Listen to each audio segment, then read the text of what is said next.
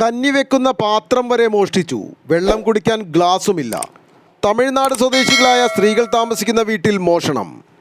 കളമശ്ശേരി കുസാറ്റ് റോഡിൽ അൽഫിയ നഗറിന് എതിർവശം രണ്ട് തമിഴ്നാട് സ്വദേശികളായ സ്ത്രീകൾ താമസിക്കുന്ന വീട്ടിലാണ് പട്ടാപ്പകൽ മോഷണം നടന്നത്. ബുധനാഴ്ച രാവിലെ 10:30യോടെയാണ് ആക്രി പെറുക്കി നടക്കുന്ന രണ്ടുപേർ മതിൽ ചാടിക്കടന്ന് വീട്ടിലുണ്ടായിരുന്ന സാധനങ്ങൾ മുഴുവനും മോഷ്ടിച്ചു കൊണ്ടുപോയത്.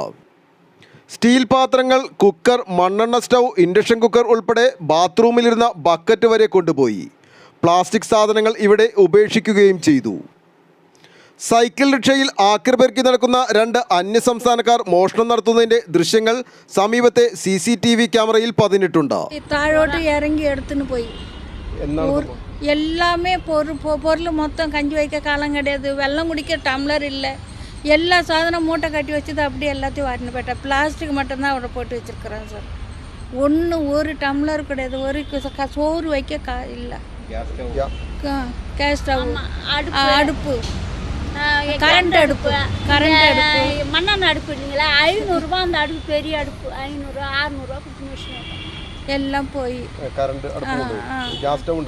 கேஸ் கிடையாது, ஸ்டவ் அடுப்பு, மண்ணெண்ணெய் அடுப்பு மட்டும். ஆமாம், பாத்திரங்க, இது குக்கர் எல்லாம் போயிடுதுங்க சார். எல்லா பொருளும் போயிடுது. ஒன்றும் இல்லை, ஒரு டம்ளர் சத்தியாட்டம் ஒன்றும் இல்லை. கஞ்சி வைக்க வீடு நோக்கி போயிட்டு 10 மணிக்கு நடந்த சம்பவம். ஆமாம், அங்கே போன பிறகு இல்லைன்னுட்டாங்க. வந்துட்டானுங்க. வந்துட்டு ஒரு ஆள் நிற்கணும், ஒரு ஆள் சாக்கு எடுத்து தாழ ஓட்டி இறங்கணும். ஒரு ஆள் யார் வர போகிறான்னு பார்த்துன்னு இருக்கு. போய் நாங்கள் குறைய நாள் இருந்து சார், சாருக்கு தெரியும்.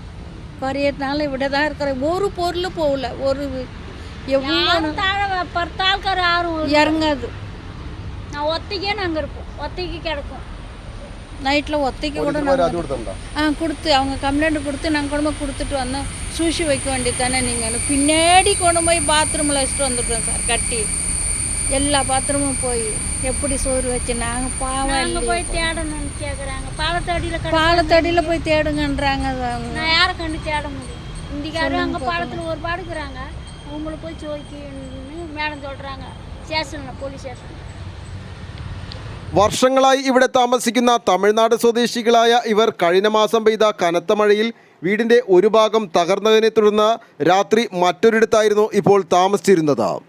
വീട് മാറുന്നതിനായി സാധനങ്ങൾ ഒതുക്കി വെക്കുകയും ചെയ്തിരുന്നു. ഇപ്പോൾ വെള്ളം കുടിക്കാൻ ഒരു ഗ്ലാസ് പോലുമില്ല എന്നാണ് ഇവർ പറയുന്നത്. പോലീസിൽ പരാതിയും നൽകിയിട്ടുണ്ട്. News desk, Kalamassery.